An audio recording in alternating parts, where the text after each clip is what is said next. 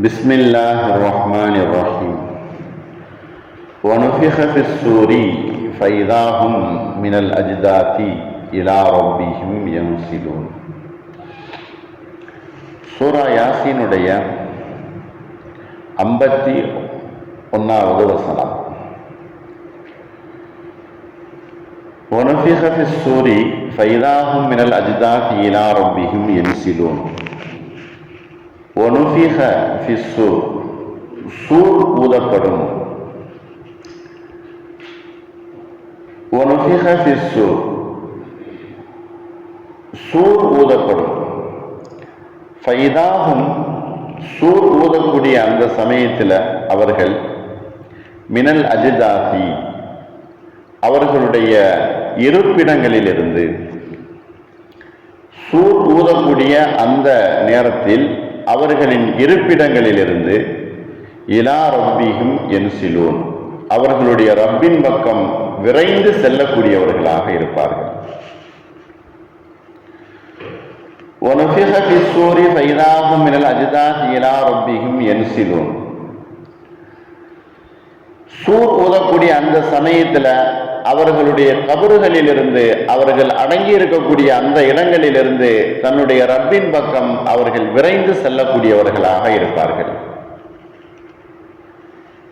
இந்த ஆயத்தினுடைய சுருக்கமான கருத்து, சூர் என்பதற்கு தமிழ்ல எக்காலம் என்பதாக சொல்லப்படும்.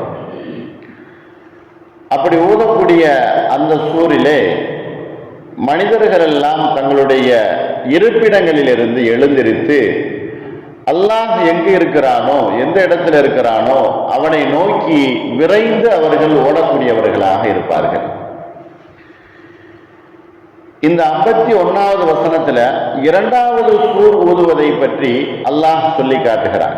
முதல் சூர் ஊதுவதிலே எல்லோரும் அடங்கி போய்விடுவார்கள், அழிந்து போய்விடும். இரண்டாவது சூர் ஊதும் பொழுது அவர்கள் அங்கிருந்து எழுந்திருத்து விடுவார்கள். இந்த ஆயத்தில் என்சிலூன் என்பதாக முடிக்கப்படுகிறது. இந்த என்சிலூன் என்கிற வார்த்தைக்கு அர்த்தம் நஸ்லான் என்பதனுடைய அசல்ல இருந்து வந்தது. வெகு விரைவாக நடைபோடுதல் என்பதாக அர்த்தம். அவசரமாக, விரைவாக, வேகமாக அவர்கள் துரிதமாக செல்லுதல் என்கிற அர்த்தத்துக்கு தான் என்சிலூன் என்பதாக சொல்லப்படும். அல்லாஹ் இதே கருத்துள்ள ஒரு ஆயத்தை வேறு இடத்துல சொல்லுகிறான். யௌம யஹ்ருஜூன மினல் அஜ்தாசி சிராஅன் கஅன்னஹும் இலா நுஸ்பி யூஃபிதூன்.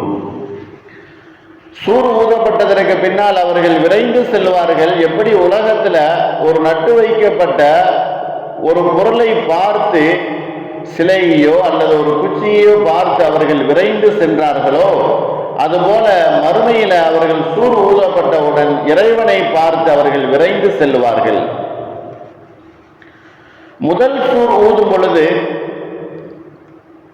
அல்லாஹ் இந்த உலகத்துல இருக்கக்கூடிய அனைத்தையும் அழித்து விடுவான்.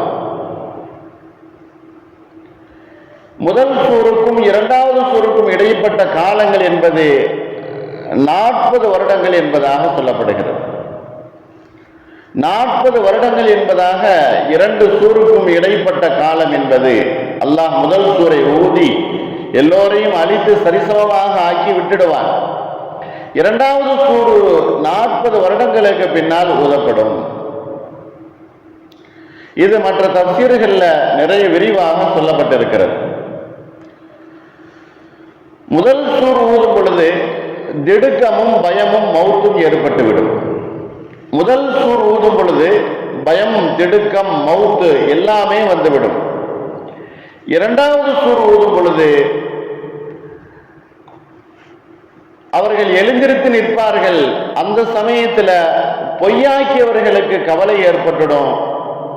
அவர்களுடைய அந்த பொய்யார யாரெல்லாம் ஆக்கினார்களோ, குரான் பொய், ரசூல் பொய், அல்லாஹ் பொய், அல்லாஹ்வுடைய விஷயங்களை எடுத்து சொல்லக்கூடியவர்கள் அறிஞர்கள் பொய்யானவர்கள் என்பதாக யாரெல்லாம் பொய்யாக்கினார்களோ அவர்களுக்கு மிகப்பெரிய கவலை ஏற்பட்டுடும். கவலை மட்டுமல்ல, அவர்களுக்கு பெரிய கைசேதமும் பெரிய கேவலமும் அவர்களுக்கு ஏற்பட்டுவிடும். அப்படிப்பட்ட இரண்டாவது சூர் ஊதுதலை பற்றி தான் அல்லாஹ் இந்த ஆயத்தில் சொல்லி காட்டுகிறான். இதுல அஜ்தாஸ் என்கிறதற்குடைய அர்த்தம் என்ன அப்படின்னு சொன்னா, அவர்களுடைய கபறுகளிலிருந்து எழுந்திருப்புதல். ஜதச என்கிறனுடைய அசலிலிருந்து அஜ்தாஸ், அவர்களுடைய இருப்பிடங்களிலிருந்து, அவர்கள் இருக்கக்கூடிய அந்த கபறுகளிலிருந்து அவர்கள் தானாக எழுந்திருத்து அவர்கள் வருவார்கள். நபி ஸல்லல்லாஹு அலைஹி வஸல்லம் அவர்கள் இந்த இரண்டாவது சூரை பற்றி சொல்லும் பொழுது, புகாரில இடம்பெற்ற ஹதீஸ்ல, மலை வானிலிருந்து பொழியும்.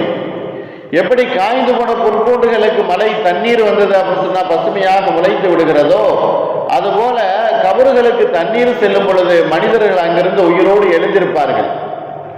எல்லா எலும்புகளும் மக்கிவிடும், ஒரே ஒரு எலும்பு மட்டும் அங்கு இருக்கும். அந்த எலும்பிலிருந்து அவர்களுக்கு உயிர் கொடுக்கப்படும், உடலும் கொடுக்கப்படும். அவர்கள் அதிலிருந்து எழுந்திருப்பார்கள். அப்படிப்பட்ட இந்த இரண்டாவது சூரை பற்றி தான் அல்லாஹ் இந்த ஆயத்தில் சொல்லி காட்டுகிறார். ஒட்டுமொத்தமாக அழிக்கப்பட்டதற்கு பின்னால் முழுவதுமாக எழுந்திருத்து அல்லாஹ்வின் பக்கம் அவர்கள் செல்வார்கள். அல்லாஹ்வின் பக்கம் அவர்கள் செல்லும் போது இறை மறுப்பாளர்கள், பொய்யாக்கியவர்கள் என்ன கூறுவார்கள் என்பதை அல்லாஹ் அடுத்த ஆயத்தில் சொல்லி காட்டுகிறான். மறுமையினுடைய வாழ்க்கை நாம் எல்லோருக்கும் சிறந்த வெற்றி தரக்கூடிய வாழ்க்கையாக வல்ல ரஹ்மான் நாம் ஆக்கியால் புரிவானாக.